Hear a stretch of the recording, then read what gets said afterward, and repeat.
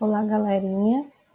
Essa é a nossa aula 33 de Biologia para o terceiro ano. Nós vamos corrigir a atividade 4, que trata sobre relações ecológicas e sucessão ecológica, tá? A primeira questão, ela traz o assunto do caracol africano, que é um animal exótico que foi introduzido no Brasil para criação, para produção de escargot, né? Não deu certo e aí os criadores simplesmente largaram, né? E aí esses bichos se proliferaram com uma grande intensidade, com facilidade no nosso país. Por quê? Porque eles têm muito alimento disponível, eles comem uma variedade muito grande de plantas e eles não têm um predador natural. Isso faz com que eles sejam caracterizados como uma espécie invasora, uma espécie exótica também. E aí essa questão ela pede para a gente marcar a alternativa correta da interação ecológica relacionada a essa invasão, a essa espécie exótica invasora, tá? Obviamente, a resposta certa é a letra A, competição interespecífica com o caracol exótico, utiliza os recursos da espécie nativa. Por que isso? Porque lá no enunciado está falando que o caracol responsável é considerado uma espécie exótica invasora. Como consequência, nota-se o declínio de espécies nativas de caracol do gênero Megalobolinus, né? Então, são duas espécies diferentes, tem essa espécie do gênero Megalobolinus e tem o caracol gigante africano, que é esse Achatina fulica, né? Então, são duas espécies diferentes. E como eles ocupam o mesmo nicho ecológico, né?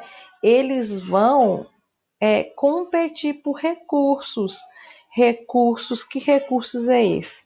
Hábitat, alimento, né? A única coisa que eles não vão competir é por parceiro sexual. Por isso que é a competição interespecífica. Nós temos a competição inter, que é quando é espécies diferentes, e a competição intra, quando são espécies iguais. A competição inter acontece por todos os fatores, menos por reprodução. E na competição intra acontece por todos os fatores e principalmente por reprodução, tá? A questão 2 fala do funcionamento de uma comunidade, depende de diversas relações ou interações entre os organismos. E aí pede para a gente somar as afirmações que estão corretas. A 1, a 2 e a 4, elas estão corretíssimas, não tem nem o que questionar. Vou focar aqui nas erradas, que é a 8 e a 16, né? A 8 diz assim: a relação das orquídeas e das bromélias epífitas com grande árvores na qual se encontram é conhecida como amensalismo. Não, nunca e jamais. Essa relação das orquídeas e das bromélias com as grandes árvores, né, que eu até coloquei uma imagem aqui para vocês, ela é chamada de epifitismo.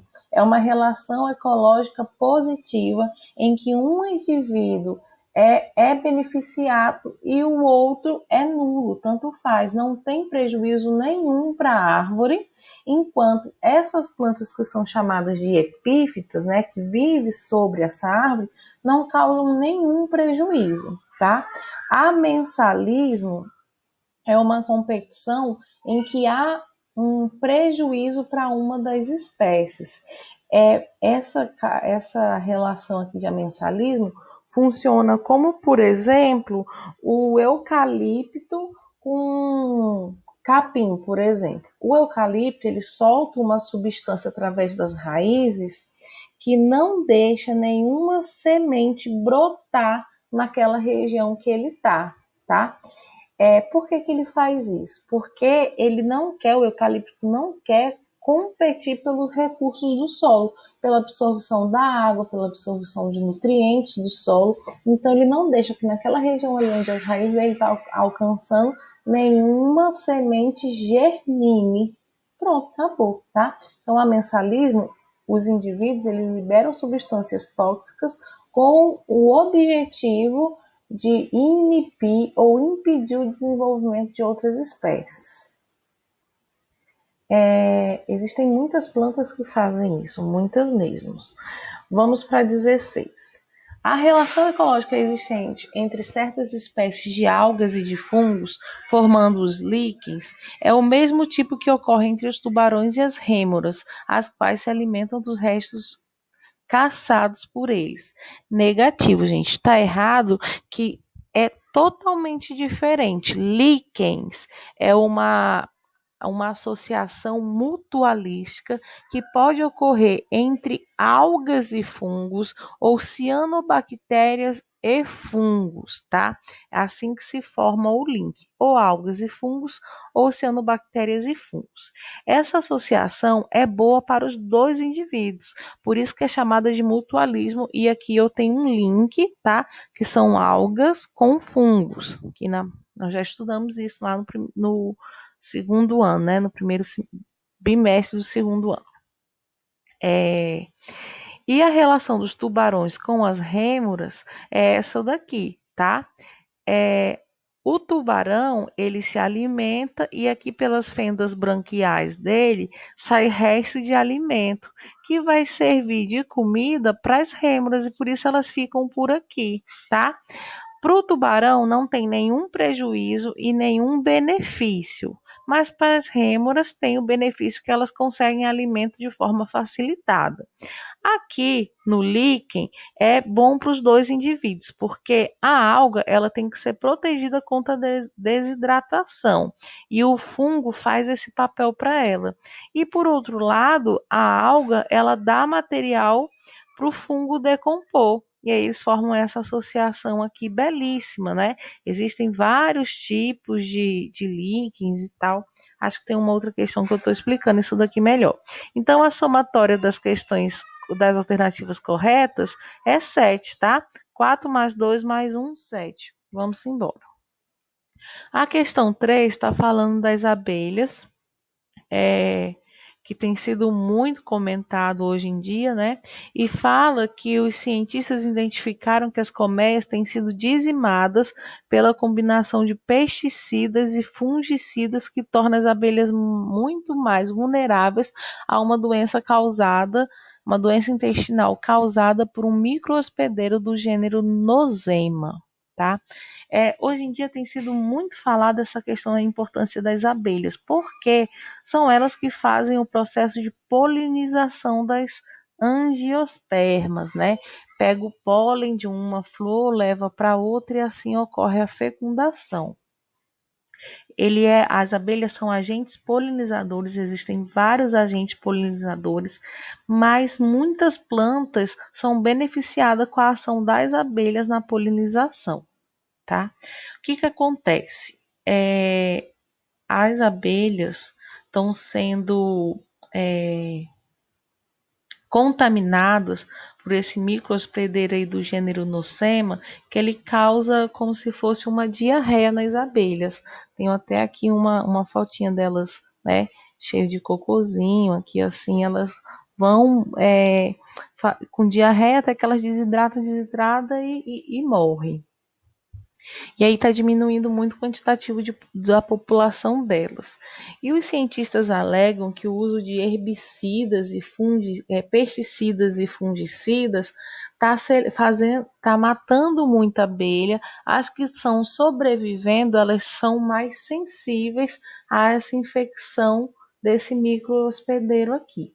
Aí pede para a gente relacionar esse conteúdo com o que nós já sabemos e analisar as informações. A 1 está certinha. A relação ecológica entre o microhospedeiro e a abelha descrita no comando da questão é desarmônica e interespecífica. Sim, é um parasitismo. É desarmônica? É, porque um está sendo prejudicado. E sempre que um for prejudicado, a relação é desarmônica. E é interespecífica? Com certeza, porque é entre a abelha e o indivíduo do gênero Nosema, né? Então, são espécies diferentes. A 16 também está certa, de acordo com a nomenclatura zoológica de Linneu, Apis mellifera mellifera indica a espécie e a subespécie. Certinho, isso aqui também a gente viu lá no segundo ano. Mas o que está errado com a 2, com a 4 e com a 8, que eu não posso somar elas? Vamos ver aqui. A 2. A polinização realizada pelas abelhas envolve a maioria das espécies de plantas vasculares, como as angiospermas e as gimnospermas e as briófitas. Beleza, tem dois erros aqui, ó. Vasculares são aquelas plantas que têm vasos condutores e as briófitas não têm, então já é um erro nessa alternativa. Outra coisa, processo de polinização só pode ser feito com plantas que têm pólen, e só quem tem pólen são as angiospermas. Nem gimnospermas, nem briófitas não têm pólen. Então tem dois erros que a gente faz com que a gente não utilize essa afirmação número 2. Vamos ver na 4. As abelhas se reproduzem sexuadamente por partenogênese e as rainhas depositam ovos não fecundados que originam os machos diploides. Belezinha. O erro está aqui nesses machos diploide. A rainha deposita ovos, tá? Os ovos que são fecundados pelo zangão vão originar abelhas operárias e abelhas que podem ser rainhas. Mas tem óvulos que não são fecundados pelo zangão, tá? Esse óvulo vai levar à formação de um novo zangão. E esse indivíduo aqui, ele é haploide, ele é N, tá? Só quem é diploide são esses dois aqui, porque juntou célula haploide com célula haploide e levou à formação de uma célula diploide. É isso. E a 8, vamos ver. A morte das abelhas influencia no processo de polinização das gimnospermas? Parecida com a 2, né? Para fazer polinização precisa ter pólen e gimnosperma não tem, porque pólen é uma característica de flor e só quem tem flor é angiosperma e mais ninguém, tá? Aqui, ó, é a análise intestinal de uma abelha. Isso aqui, ó, é esse parasita nosema, tá? Dentro delas, causando um processo de infecção que leva a uma diarreia grave, que leva a desidratação e, consequentemente, a morte da abelha. Próxima questão. Estima-se que existe 1.500.000 espécies de fungos. Esta estimativa coloca os fungos como o segundo maior grupo de organismos seres vivos. O primeiro, em termos de número de espécies, é o grupo dos insetos. Considerando a associação simbiótica que tem a participação dos fungos, assinale a afirmação verdadeira. A gente já consegue ver que a afirmação que está correta é a D. Está tudo bonitinho aqui. Micorriza é um tipo de associação mutualística entre fungos e raízes de plantas, na qual as plantas têm aumentado sua capacidade de absorver água e sais minerais, enquanto o fungo recebe matéria orgânica para sua sobrevivência. Aqui tá belezinha, tá tudo bonitinho, né? É o nosso gabarito. Mas vamos ver o que está errado nas outras. A letra A. Comensalismo é um tipo de associação mutualística entre fungos e algas. Tá errado. Comensalismo, gente, é aquela relação que o melhor exemplo que a gente tem são as rêmoras e o tubarão. Um ajuda o outro, mas não é beneficiado, mas também não é prejudicado, tá? E relação de fungos e algas, ela é totalmente benéfica para os dois indivíduos, que é onde forma o líquen, né? E aí eu até coloquei aqui, ó, tem 3 tipos de líquens. Tem o crostoso, tem o folioso e tem o fruticoso, só nível de curiosidade, tá?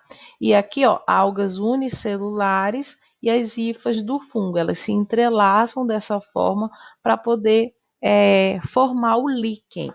No lugar da alga, pode ser também uma cianobactéria. Também pode formar link desse jeito. A B aqui, líquen é um tipo de associação mutualística entre fungos e raízes de plantas? Não, né? Aqui está o erro dessa alternativa, da B. Líquen é a associação de algas e fungos, ou cianobactérias e fungos. O que está de errado na C? Rizóbio é um tipo de associação mutualística entre fungos e raízes de plantas leguminosas, na qual as plantas têm aumentado a sua capacidade de absorção de água e sais minerais, enquanto o fungo recebe matéria orgânica para sua sobrevivência. Quem faz, gente, essa associação mutualística que está sendo descrita aqui nessa alternativa, essa associação aqui, na verdade, é chamada de micorrizas, raízes de plantas com fungos e não rizóbio. Rizóbio é um gênero de bactérias que são atuantes no ciclo do nitrogênio. São aquelas bactérias que fazem a fixação do nitrogênio no solo, tá? Do nitrogênio atmosférico para o solo. E aí depois elas quebram, né? Amônia em nitrito, depois em nitrato e assim sucessivamente. Opa, passou muitas questões. A questão 5, deixa eu ver se eu não isso, a questão 5 fala das corais verdadeiras são constituídas por um caso de aposematismo, que é um padrão de cores bastante chamativos e atua como sinalização de alerta para eventuais predadores sobre a condição peçonhenta do animal. Beleza, então essa característica aqui, aposematismo, é quando um animal usa sua coloração para avisar para o seu predador que ela é perigosa, que ela tem peçonha, que ela tem veneno. É como, ei, não me come não, porque você vai morrer. Regrinha geral de sobrevivência. Todos os bichinhos, principalmente os insetos e répteis, tá? Insetos, répteis e anfíbios que têm colorações muito atrativas, muito exuberantes, muito bonitas, tá? São venenosos, a maioria deles.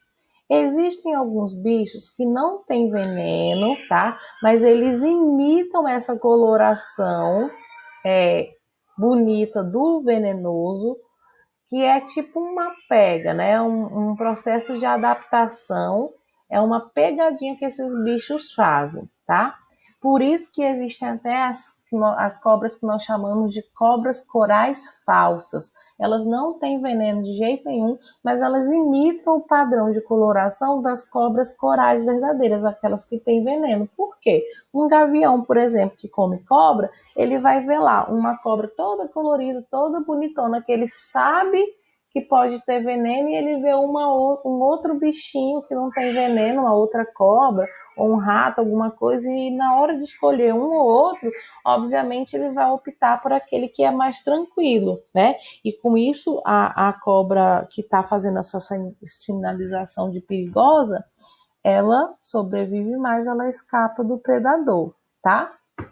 E aí a questão está perguntando, já as cobras corais falsas não são peçonhentas, por isso seu padrão de cores, muito semelhante das cobras corais verdadeiras, é uma adaptação classificada como. Esse processo de adaptação aqui é mais do conteúdo de evolução que nós vamos ver no próximo bimestre. Mas como ele traz aqui nas alternativas, ó, muitos exemplos de relações ecológicas, eu resolvi colocar para vocês. É uma camuflagem? Muita gente pode ter marcado isso daqui, né? Mas não é uma camuflagem, porque olha aqui nas fotos que eu coloquei para vocês, todas corais verdadeiras. Ela não se camufla, muito pelo contrário, ela fica mais destacada, mais fácil de ser visualizada, porque chama justamente coloração de aviso, né? Ela faz isso para competir pelo mesmo nicho? Não, nada a ver. Ela ser mais bonita não faz com que ela consiga ser mais forte e competir melhor pelo nicho, né? É um parasitismo? Não, o parasitismo tem que ter alguém dentro dela ou sobre ela se aproveitando dela, não tem nada a ver. Inquilinismo? Não, né? Inquilinismo é o caso lá por exemplo, de um caranguejinho que vive dentro da concha de outro bicho lá de boa, né? Ou então o caranguejo ermitão que deixa uma anêmona se fixar dentro, sobre a, a conchinha dele, tá? Que é interessante para eles, porque vão vir peixinhos para interagir ali com a anêmona e quando o peixinho estiver ali interagindo com ele, ele vai lá, sobe e pega o peixinho rapidão, tá? Então, o gabarito da questão 5 aqui, mimetismo de um fenótipo vantajoso, tá? Vocês vão entender isso aqui melhor no nosso quarto bimestre sobre mimetismo. Questão 6 traz essa charge aqui, que o cara tá lá dentro, né? Fez esse rombo na árvore e fala, claro, chefe, fiz uma retirada sustentável, uma crítica, né?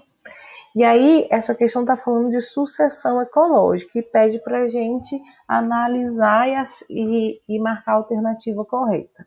A sucessão após o desmatamento da floresta corresponde à sucessão primária? Não, né?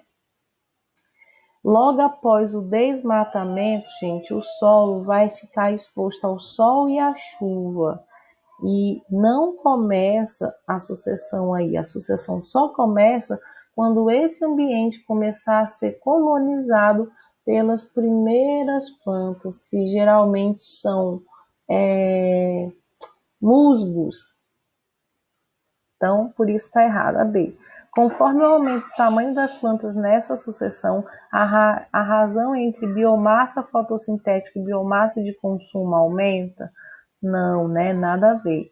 As plantas que iniciam esse evento apresentam certas características gerais, como poucas sementes, taxa de crescimento lenta e alta tolerância à sombra? Não.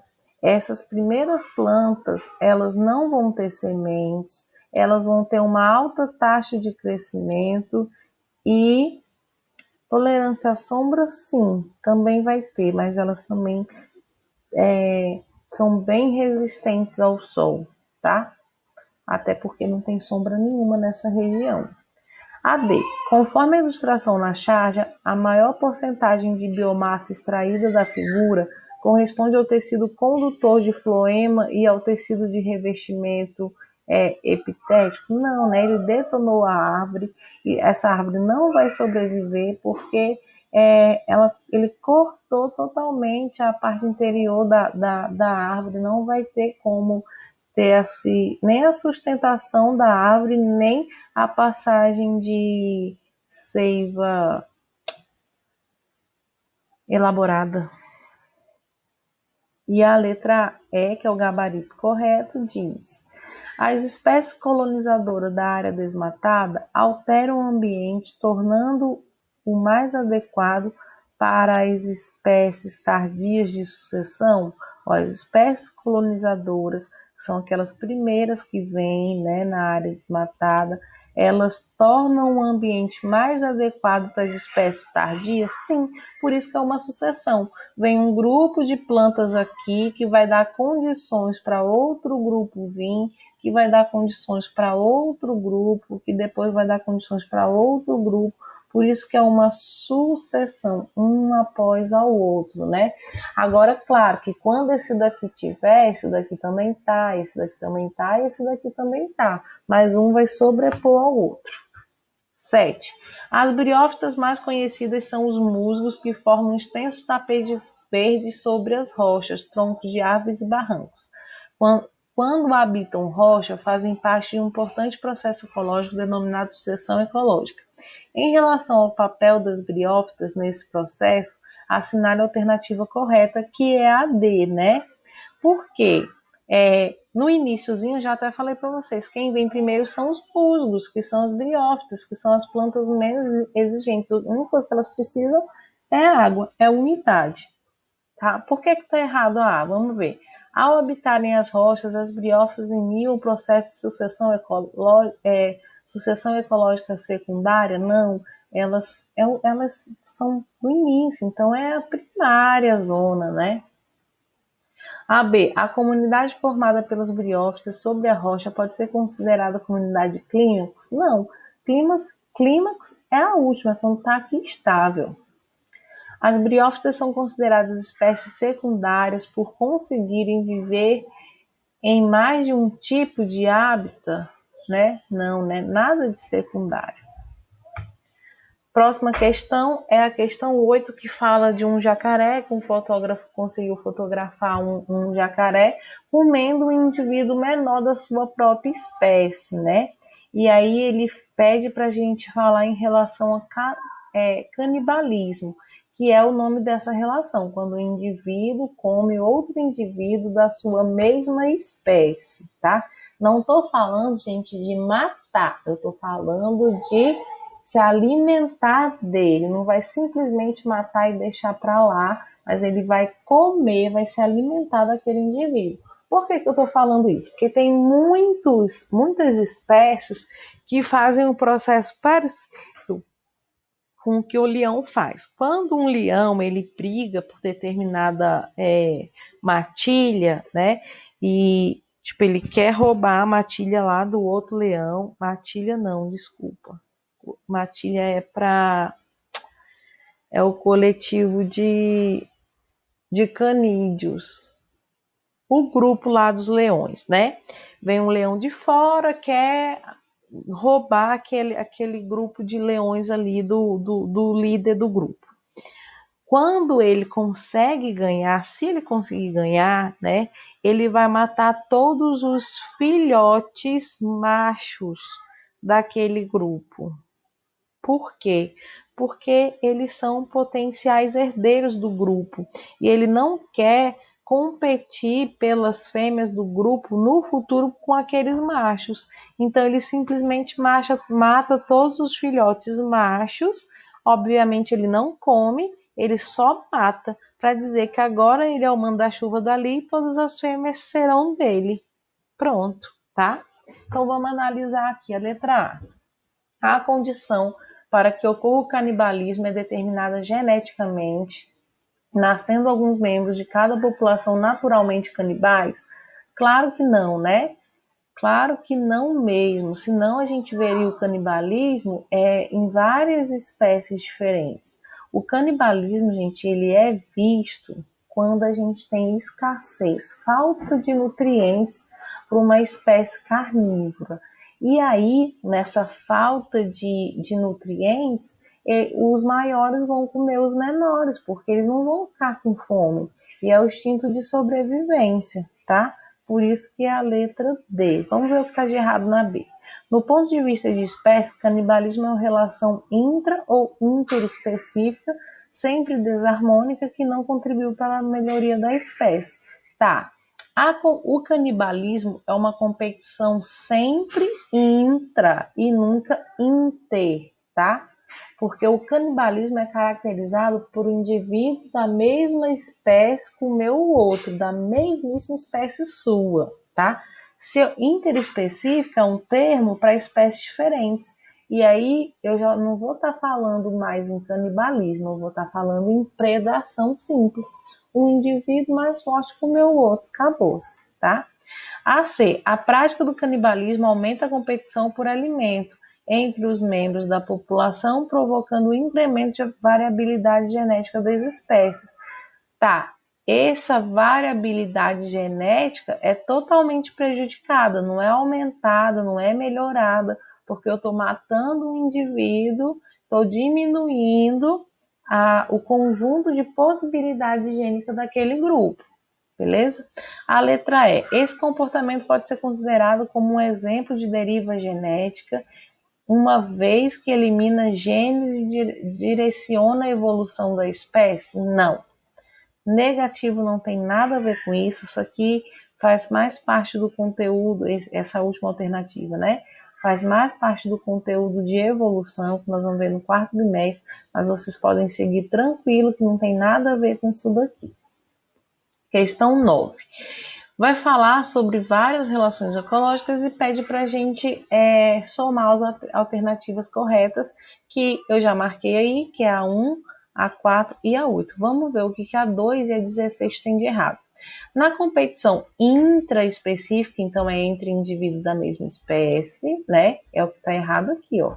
diferente. Intra é sempre indivíduos da mesma espécie. Inter, entre espécies diferentes. A 16. Como exemplo de amensalismo, temos a tênia, que vive no intestino delgado dos humanos? Não. Amensalismo é aquela relação que eu falei para vocês que tem uma liberação de substância tóxica, tá? Que vai inibir o desenvolvimento ou crescimento dos indivíduos próximos. A relação da tênia com o ser humano nós chamamos de parasitismo, onde é uma relação desarmônica, onde o ser humano tem um prejuízo enorme enquanto a tênia está sendo totalmente beneficiada. A questão 10 diz assim: uma comunidade biológica, cada organismo mantém relações tanto dos seres de sua própria espécie quanto de outros. Com base no conhecimento das relações ecológicas, assinala a alternativa correta. A gente já sabe que a letra A, comensalismo, é um exemplo de... Calma aí. Comensalismo é um exemplo de competição interespecífica na qual se estabelece uma relação que uma das espécies associadas é beneficiada enquanto a outra não tem prejuízos, né? Então, essa questão aí está colocando tudo como competição.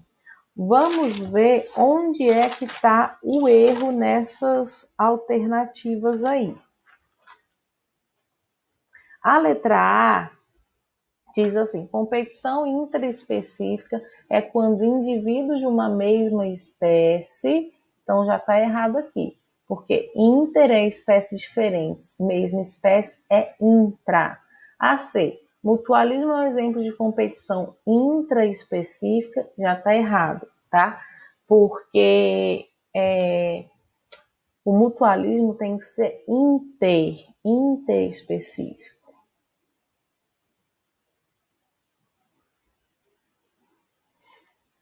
Parasitismo é um exemplo de competição intraespecífica na qual se estabelece, um indivíduo não parasita outro indivíduo da mesma espécie. Não tem isso. A sociedade é um exemplo de competição intraespecífica na qual indivíduos da mesma espécie disputam um ou mais recursos. Não, sociedade, gente, a coisa mais bonitinha que tem é as abelhas. Todo mundo vivendo com a sua função, exercendo sua função bonitinho em prol de um bem coletivo. A gente deveria se inspirar nas abelhas, né? Galera, é isso. Acabou corrigido nessa questão. Belezinha, tranquila. Relações ecológicas é um tópico da ecologia muito agradável e que cai bastante no Enem, minha galera, tá? Procurem exercícios extras para fazer sobre isso. Procurem exemplos das principais relações ecológicas. Procurem sempre pensar se é harmônica ou desarmônica, qual é o papel de cada um dos indivíduos nessa relação, porque isso daí é bastante cobrado. Até mais!